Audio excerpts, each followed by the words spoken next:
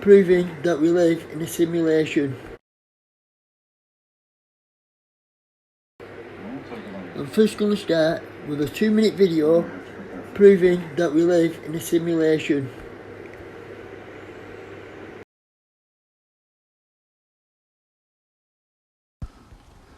Take a look at this picture.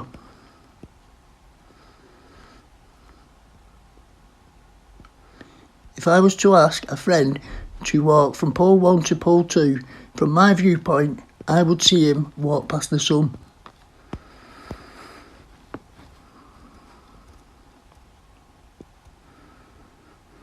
But from his viewpoint, the sun would stay at the same angle to him.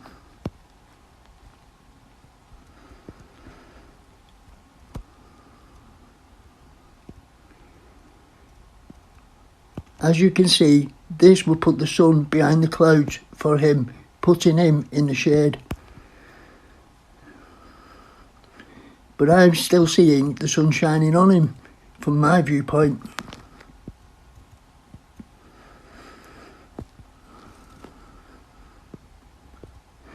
So I'm seeing my friend with the sun on him, while at the same time and place my friend is seeing himself in the shade. This is two different realities at the same time and place in the same reality. How is this possible? The answer: we all see the sun from our own viewpoint, which means we see the position of the sun different to each other. And that means we see different places lit up by the sun to each other. This is only possible if we live in a simulation. We are all in our own little matrix which needs to be connected to the collective consciousness for us to be able to interact with each other.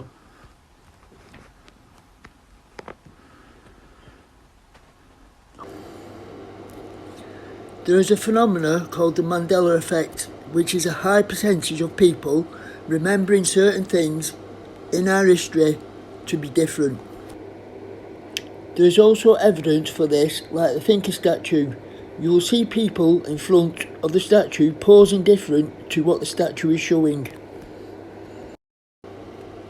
Let's take a look at this from Brian S. Stavely. Welcome to the Mandela effect, everybody. If you're new to the Mandela effect, this video is for you. Or even if you're a veteran to it, or fairly new to it, or somehow you missed this one, you want to be sure to stick around and check out this video. What this video is about the thinker statue and its ever-changing poses. And this video is going to be a short video, just focusing on this one Mandela effect, and it's part of a series I have of short videos focusing on one Mandela effect. For everybody else that's a veteran to the Mandela effect, I do longer videos. I put new ones up all week. Just make sure you sub both my channels, that's all. So let's get on with it.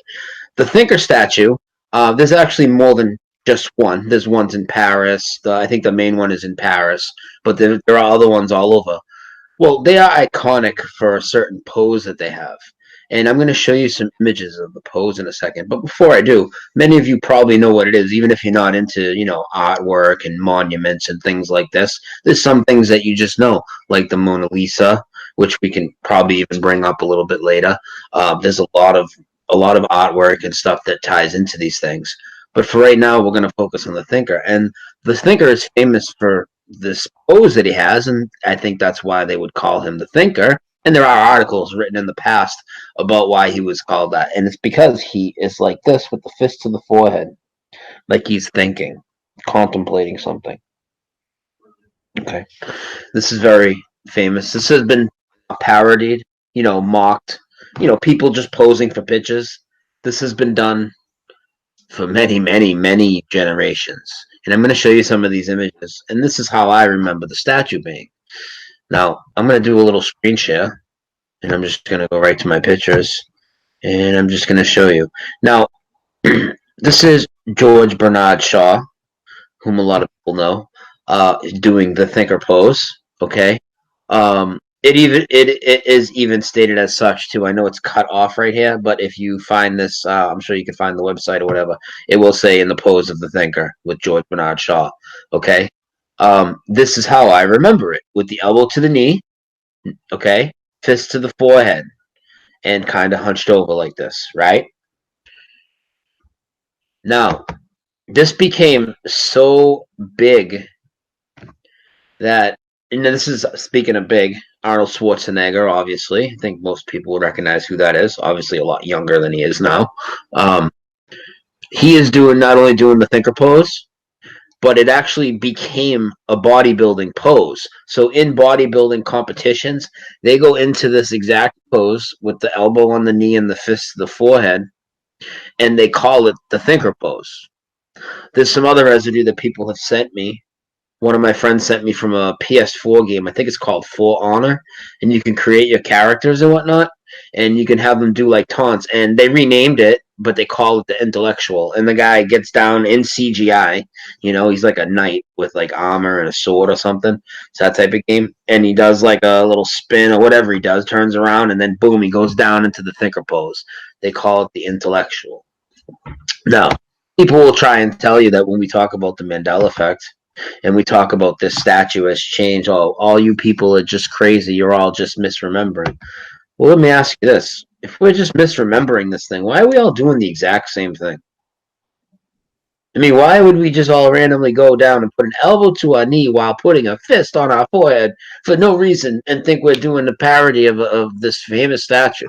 And look at, even right here in the guy's picture, Rodin, the thinker parody, okay? Down here too. The actor Park Sung-joon, I'm not good with celebrities, turned into the thinker by Rodin. Okay? No, everybody knows this.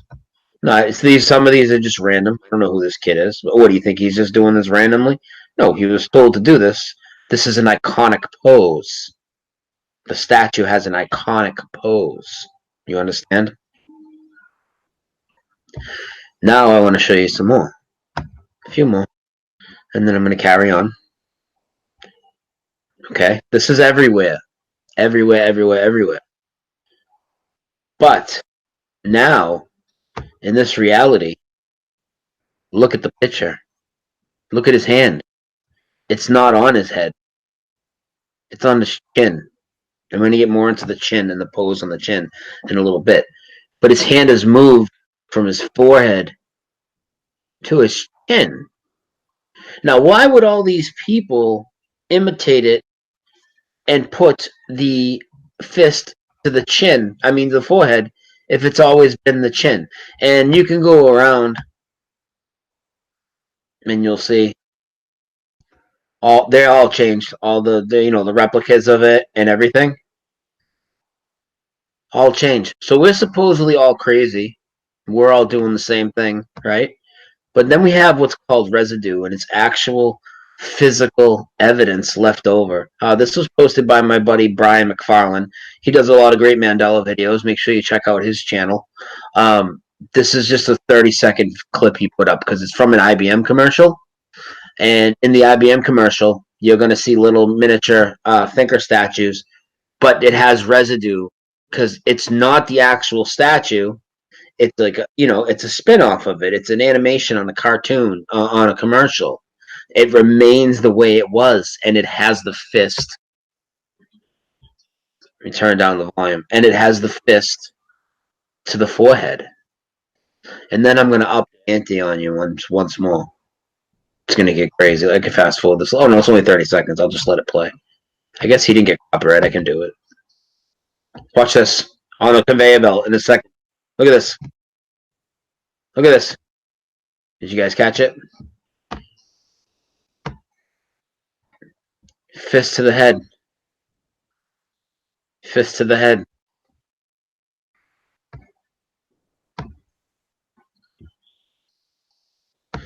But then it gets crazy. Okay, so you can, people are going to tell us, oh, you're just misremembering, and you guys are all just doing the same pose because it's comfortable or some shit. That's what they'll tell us, man. That's what they'll tell us, right?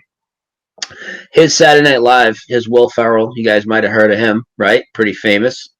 Okay, no, he is doing a parody where he is like a model for an art class. So they're gonna like paint him or whatever. They're gonna sit there and look at him, and he's gonna do a pose. He's literally gonna tell you, "I got two poses: the thinker and the stinker." right? And it's a joke, the stinker pop, you'll see, obviously. But the thinker, because it's like the most famous friggin' pose there is, watch what he does.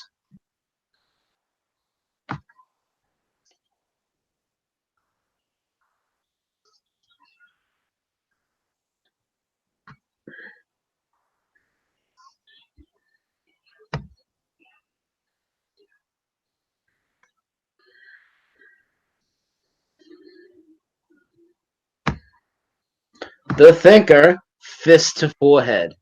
But we're supposed to believe that it's never been that in this reality. Do you understand? That's what people, and you might be one of these people that's very skeptical of the Mandela effect, or just say it's a psyop, this, that, and the other thing, right? How is everybody remembering it that way? And how are people like Saturday Night Live, who have production teams and put big money behind their show, going to get that wrong? And why does it keep happening on these shows? With Saturday Night Live, Mad TV, The Simpsons, Big Bang Theory. All these shows are full of proof of these types of things.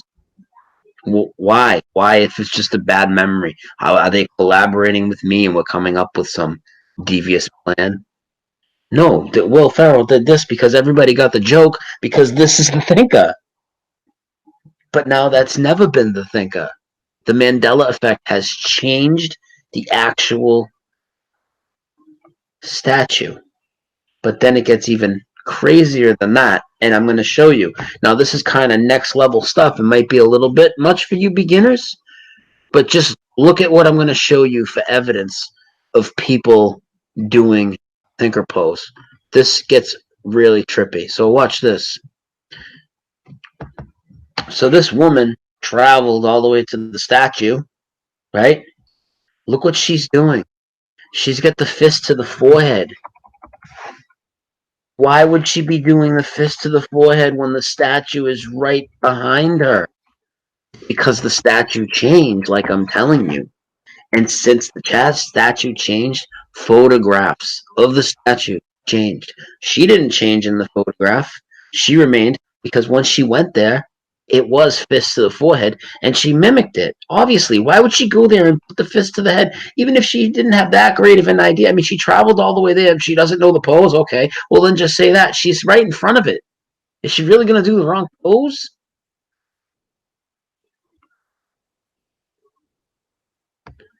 I'm not even in the screen share, am I? Sorry about that. Here it is.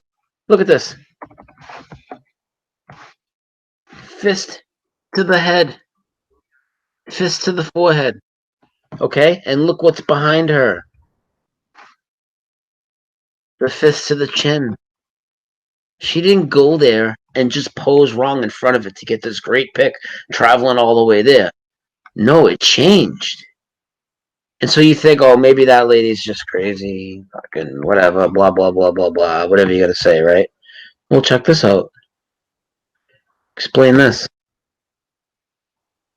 This looks like a couple field trips worth of kids travel to the statue. Look what they're all doing. Fist ahead, fist ahead, fist ahead, fist ahead, fist ahead, fist ahead, fist ahead, fist ahead, fist ahead, fist ahead. Because they went to the thinker statue with their teacher, or whatever this group of kids is, and whoever these chaperones are. They went there with their teacher on a field trip or whatever, right? They're taking pictures. They're all doing the pose because they're in front of the statue. But what's that? Statue has the fist. I know the resolution isn't the best here. But you can email me if you want. I'll send you the original picture, okay? And you can look at it. Fist to forehead, fist to chin. It's not up on the head. We aren't all crazy people, okay? These things are changing. There's actually a lot of different types of artwork, monuments, things of this nature. I'm going to limit this video to just one, but I might come out with one video kind of doing a bunch of them together, or maybe knock a few more of them down. But there are other people out there in the community that have already done videos on most of these ones in the short list, but I'm trying to really condense them, keep them short for you, and just, try and find one that resonates with you. And if you don't resonate with the thinker one, well, go look at my mirror one, or the Ed McMahon never working for Publishers Clearinghouse, or C3PO never always had a silver leg now in this reality, or Ricky Ricardo never said, Lucy, you got some splaining to do. It's never been said now. You can own any copy you want. You can have the entire collection on VHS. It hasn't left your house, people. You can put it in. He never says it. In my memory, where I come from, he said it almost every time after he came in the door because she was always up to something. He'd be like, Lucy, you got some splaining to do. But now, no, it's never been said. These people aren't crazy. Will Ferrell wasn't mistaken when he did this. And like I said, official things will change. But the parodies are what remain. So when Simpsons does one of these things, they're going to do it the way we all remember. But it's never existed. Same thing with Mad TV, Saturday Night Live. Over and over and over and over and on and on and on, you see these things. For instance, with Saturday Night Live, Mr. Robinson's Neighborhood by Eddie Murphy was a spoof on Mr. Rogers' Neighborhood. And he comes right out singing the song, It's a Beautiful Day in the Neighborhood. But now we believe that it's never been a beautiful day in the neighborhood. From Mr. Rogers as well, which he was doing a parody of, because now Mr. Rogers says it's a beautiful day in this neighborhood. If you don't believe me, go put it in. It's not a digital download then. It's not a re-release issue. I'm not telling you to go on Pirate Bay and get it, or Amazon, Netflix, Comcast, any of that. I'm telling you to put a copy out if you want. You can do all that. It's all going to match what I'm telling you. Go test me. See if we're crazy. Put in your Star Wars movie. There's like 20, 30 changes in there. And the thing is, it keeps changing. Yeah, as we're watching it. See, we're trying to tell you about the Mandela effect for a few years now, right? If you would have been paying attention all along, you would have seen these changes incrementally happening in front of your eyes, but you refused to look. And you would have seen us validated many times over, but you just refused to look. You're all affected. That's my belief. Other people don't believe that. And some do, some don't. I believe we're all affected. Okay? Whether you deny it or not, and there are definitely levels of how affected people are. I know I'm highly affected. I know a lot of people I talk to about this are highly affected now. But I know there's some people that are moderately affected, and some people that aren't really too affected at all. But there are some that everybody still agrees on, even if they deny it. Like, you might be new to this thing, this Mandela. You might be new to researching it. You might have come from other research roads, like 9/11, flat Earth, chemtrails, vaccines, whatever topic you look at. And you might think this is just too far out there. But remember your topic. Remember what they told you. It was a psyop. Everything's a psyop, so people want to look. You should never have that attitude. Don't be that guy. Take a look to this. Take a look into the Monopoly Man video I made. The Monopoly Man with the monocle. Now he's never had a monocle in this reality. That's how crazy this is. And that sounds almost stupid coming out my tongue, right? Prove me wrong. Monopoly actually is a game that a lot of people still hang on to. It's in a lot of people's closet. Pull out your Monopoly game. I don't care what year it's from. He's not going to have the monocle. It's going to be missing. This goes on and on. Kit Kat never had a dash. Depends diapers, the adult diapers, they don't exist. Now there have always been Depend. Now, I know people say that's little, that's just a letter, but there's all types of changes. And those ones are big because they have what people call like anchor memories or whatever. Because, I have memories growing up in the playground, being kids, talking crap to other kids. Oh, your mama's so old, she got to wear Depends. Like, it was definitely Depends. Oscar Mayer Wiener is now spelled Oscar Mayer with an A and not an E after the M. Come on, man. You guys know that's wrong. Names like Mark Hamill and Sybil Shepherd both have a double L now instead of one L. Robert De Niro is 3 words now. Day and Nero are split up. Always have been. No, you're gonna think, oh yeah, no, he was De Niro, Robert De Niro. No, but you're gonna just doubt your memory. But then it's bigger things. Take a look at the world map. I did a show on that last night. It's in my short list. It's only like 14 minutes, okay? Tons of changes. If you're into the Bible, tons of changes. The lion no more lies with the lamb. The wolf does. And if you would have paid attention when we first told you, because it started in the King James. And the other one still said lion. And you could take King James off your shelf, open it, and even though it's always said the lion and the lamb in Isaiah 11:6, it's going to say the wolf and the lamb. And then the other versions still say lion and lamb, right? But then as the time goes on, they all start to change as well. And now in all the Bibles, at least all the Bible I see well documented, like, you can search, so many versions and people show me images and whatnot. They all say the wolf now. And you can call pastors and stuff, which people in the Mandela community have done. You can hear them just backtrack. They'll tell you they know for sure lion and the lamb. You ask them to finish it, like who lied with the lamb. Oh, lion, I've been teaching for so many years. And then you tell them to get their Bible out and they go into defense mode because, the word of God can't change. So they must be wrong. And then, it was a metaphor for this, that, and the third. And that's just the type of defense mechanism everybody puts up when this Mandela effect thing hits them. You want to talk more artwork? Look at the Mona Lisa now. Now she not like a huge one, but now she's smiling where she was expressionless. Look at the American Gothic painting.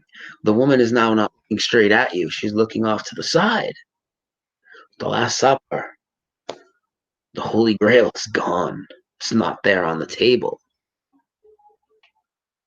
The on the roof of the Sistine Chapel with the hand of Adam and the hand of God, and the hand of God was coming down at Adam like this.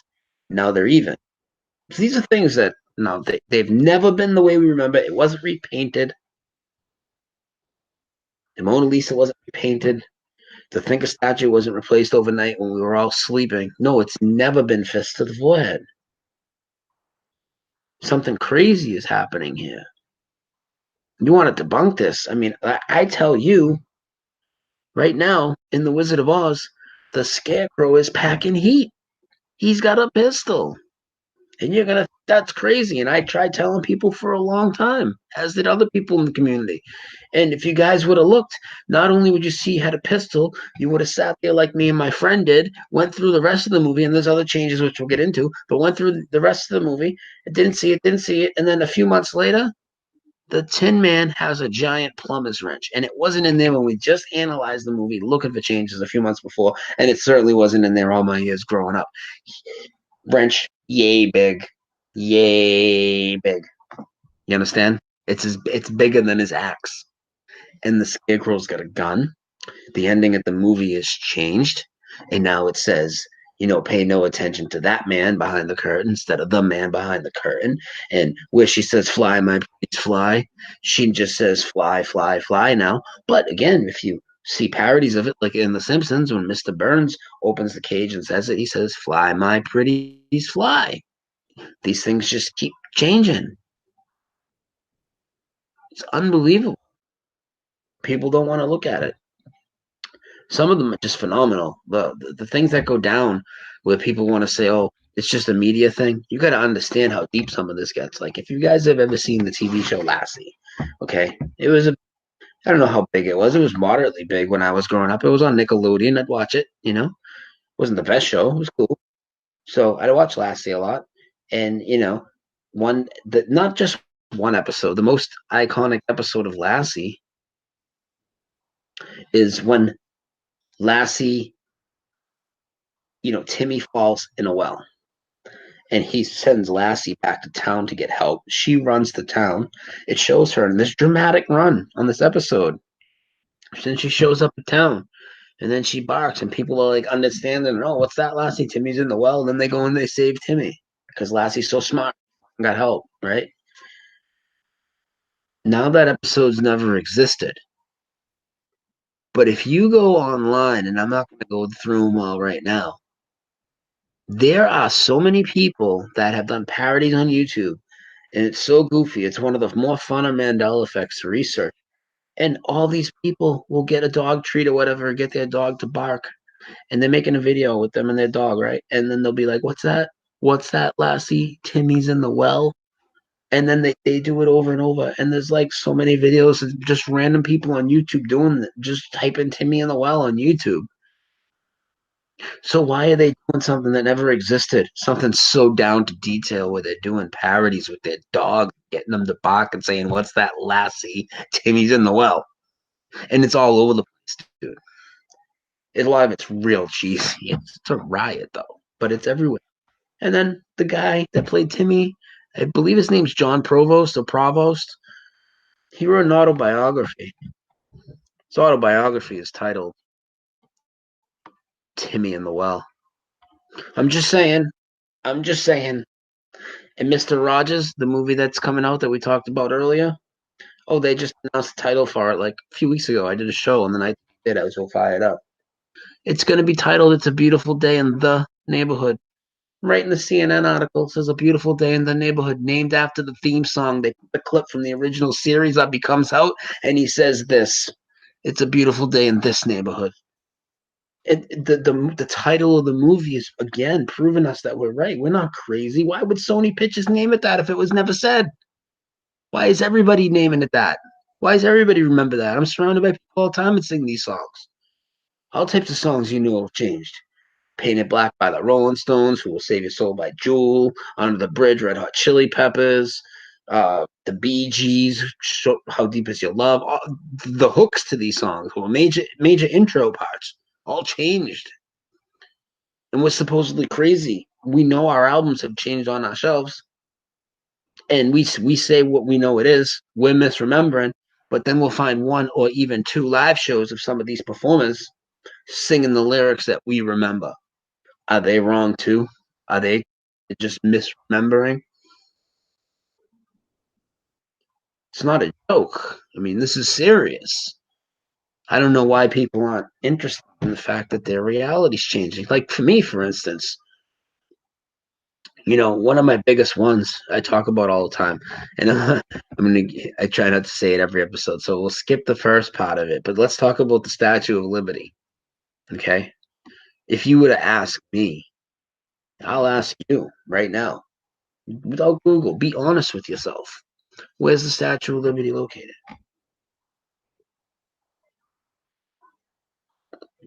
Did you say Ellis Island? That's what I would say. That's what I think anybody I know in their right mind would say. Now the Statue of Liberty has never been on Ellis Island. And there's lots of residue and proof that I'm not even going to get into right now. Okay. The Statue of Liberty has never been on Ellis Island. You know where it is? It's on Liberty Island, which is where Ellis Island still exists, but now there's another island, Liberty Island. Now, let me ask you this. If the Statue of Liberty was always on Liberty Island, do you think we'd have a friggin' hard time remembering that and we'd mix it up and call it Ellis Island? Nope. And if this registers with you, I'm going to tell you what's going to happen when you mention this to people. You're going to ask them, and they're going to say Ellis Island, and you're going to tell them about this, right? And then they're going to say, "Oh, wait," and then they're going to Google it, and then they're going to come back with the Wikipedia response, and they're going to tell you that you're just confusing it because Ellis Island is where they brought in the immigrants. Now, we're not saying they're not bringing the immigrants in Ellis Island, but the statue was there. Now, as a matter of fact, if you look at it, I want you to go look at some images of the New York skyline on your free time. Because for me, the statue was way closer. The Liberty Island is so far, it's on the edge of New Jersey. The statue's way over from where it was. Way over. And in this reality, the torch has never been opened because of some insane event that popped into our timeline. That's the first terrorist attack on the United States, where 2 German spies supposedly snuck in through New Jersey, blew up bombs so big they registered 5.5 on the Richter scale. They were felt in Philadelphia. and they damaged the torch so bad it was never opened. But we've talked to people who have been to the torch. It's crazy. And you'll just ignore that. Oh, I don't know much about New York, dude, the Statue of Liberty. Now, a lot of people that are on YouTube, you guys, not everybody goes the same roads I went. A lot of people research 9/11. Be honest with me. How many of you ever heard about the Black Tom attack? That's the name of this thing. How many of you ever heard about the Black Tom attack mentioned in any of the 9/11 documentaries, any of the footage, any of the news broadcasts? I'm going to know the answer. None of you heard it. It wasn't said. How could that not be mentioned? And why would they keep calling 9/11, no matter what the thoughts on it are? They kept calling it 9/11, the second foreign attack on U.S. soil, Pearl Harbor the first. Well, what about Black Tom? But you've never heard of it.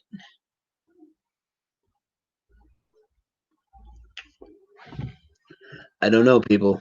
I'm going to keep this video short. I wanted to focus this on the thinker. I went a little bit off track. If you want to hear more on the Mandela effect, check out Brian S. Davely's channel on YouTube called Dose of Reality. When I come across this phenomena, I wanted to know what was causing it, so I researched it, and this is what I found. The changes that are happening to our reality suggest we are in a matrix, which we are. Which means there's a hard drive to hold the information to our reality.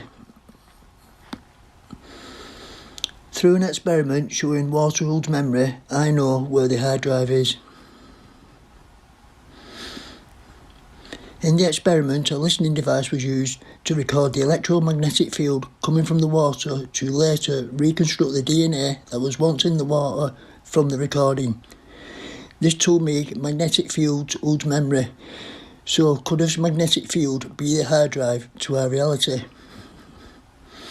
I got my answer seeing what looked like magnetic frequencies being aimed at Earth's magnetic field. Let's take a quick look at this being done by SPACEX. With its own mind is just shooting through the sky. This is absolutely incredible.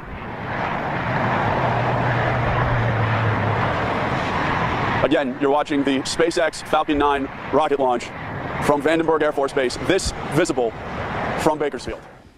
Did you see the many little spirals of magnetic frequencies shooting off Falcon 9? And it does something here in just a moment that is really weird. Almost looks like something you would see in a sci-fi movie. Check this out. It starts spinning and it leaves these systematic lines in the sky. Almost looks like a radio tower sending out signals, like right there. Look at that. How weird is that? And this video was taken on the fly. She did not have a tripod. She managed to keep the camera very still and had a absolutely spectacular view of this impressive rocket launch that again left a large cloud in the sky that looked like a nova, some sort of a supernova. But the rocket's continuing on here, going in more of a slanted vertical. CERN is also creating powerful magnetic fields and aiming them at Earth's magnetic field. Let's take a quick look at this being done. Now this was seen over Norway, a big spiral seen in the night sky. They say it was hundreds of miles wide, high in the night sky. They tried to say it was a rocket misfired. Now, rockets, when they misfire, they don't create a perfect spiral like that. The reason I know this is a magnetic field is because it's keeping its shape. Now, I believe CERN has created this with their powerful magnets, creating a powerful magnetic field and aiming it at the Earth's magnetic field to create a change in our reality. Like I say, magnets being turned on in a positive and negative sequence of information, creating a field of information and aiming it at the hard drive, which is Earth's magnetic field. I believe powerful magnets going off in a combination of positive and negative states to represent the ones and zeros in computer code. They do say at the basis of our reality it is the same as computer code in ones and zeros. Pictures that contain all the information of a set of equations that are related to string theory. And it's even more bizarre than that, because when you then try to understand these pictures, you find out that buried in them are computer codes just like the type that you find in a browser when you go surf the web. You're saying your attempt to understand the fundamental operations of nature leads you to a set of equations that are indistinguishable from the equations that drive search engines and browsers on our computers. That is correct. So code writ in the fabric of the cosmos. Into the equations that we want to use to describe the cosmos, yes. Computer code. Computer code, strings of bits of ones and zeros. Strings of bits of ones and zeros. Let's have a look at how data is stored in a computer to see if we can learn anything. Imagine an airplane flying 1 millimeter above the ground and circling the Earth once every 25 seconds while counting every blade of grass. Shrink all that down so that it fits in the palm of your hand, and you'd have something equivalent to a modern hard drive, an object that can likely hold more information than your local library. So how does it store so much information in such a small space? At the heart of every hard drive is a stack of high-speed spinning disks with a recording head flying over each surface. Each disk is coated with a film of microscopic, magnetized metal grains, and your data doesn't live there in a form you can recognize. Instead, it is recorded as a magnetic pattern formed by groups of those tiny grains. In each group, also known as a bit, all of the grains have their magnetizations aligned in one of two possible states, which correspond to zeros and ones. Data is written onto the disk by converting strings of bits into electrical current fed through an electromagnet. This magnet generates a field strong enough to change the direction of the metal grain's magnetization. The magnet is strong enough to generate a field that flips the magnetic bits. A magnetic field, just like SPACEX and CERN have been doing. Now, magnetic fields can carry the information, but what is acting like the magnetic bits? Let's carry on watching how a computer hard drive works and see if we can find the answer.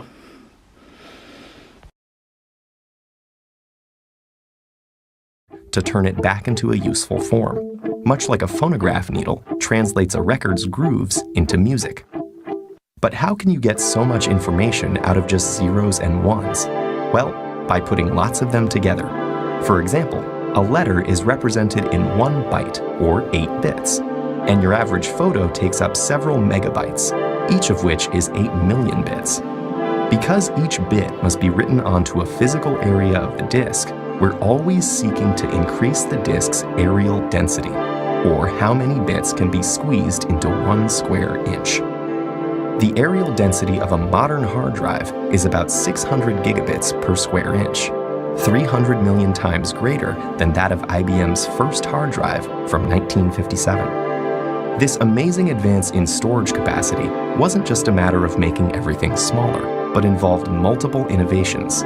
A technique called the thin film lithography process allowed engineers to shrink the reader and writer. And despite its size, the reader became more sensitive by taking advantage of new discoveries in magnetic and quantum properties of matter. Quantum properties of matter. So what is in matter that could act like the magnetic bits? In all matter, it's the number of protons to the number of electrons that determine whether it has a positive or negative charge. And I believe it is the positive and negative charge that is acting like the magnetic bits. Now this left my research open, because there is no matter in magnetic fields. So I had to carry on with my research, but the road my research was going, I really didn't want to go down that road because of how crazy it was. But I couldn't ignore the scientific evidence that I was seeing. I'm not going to go into it in this video, but I will put a link in the comment section. If you decide to press on the link, please listen to the evidence and don't just wave it away because of how stupid it sounds. I'm now going to show you how serious I believe all this is with a short little video. Our understanding of the ongoing event and what's coming. We begin with the paper that confirmed how rapidly things will spiral out of control when the magnetic field enters its final acceleration to excursion and rapid reversal. Based on the other studies we've seen, we know Earth lost about 10% of its magnetic field from the 1800s until the year 2000, but it's lost about another 10% up to now. We've had confirmation that the Earth's magnetic field is now diminishing 10 times faster than before, from 5% lost per century to 5% lost per decade. And when we hit that critical acceleration, it will be 5% every year, and then 5% about every month. When that happens, the weather and crust and mantle and radiation will be changing so quickly that we'll see the finality of the event within just a couple. They have stopped giving the readings of how fast the Earth's magnetic field is weakening, because I believe it is weakening at an extremely fast rate, which I have created videos on why I believe this. Just check them out on this channel.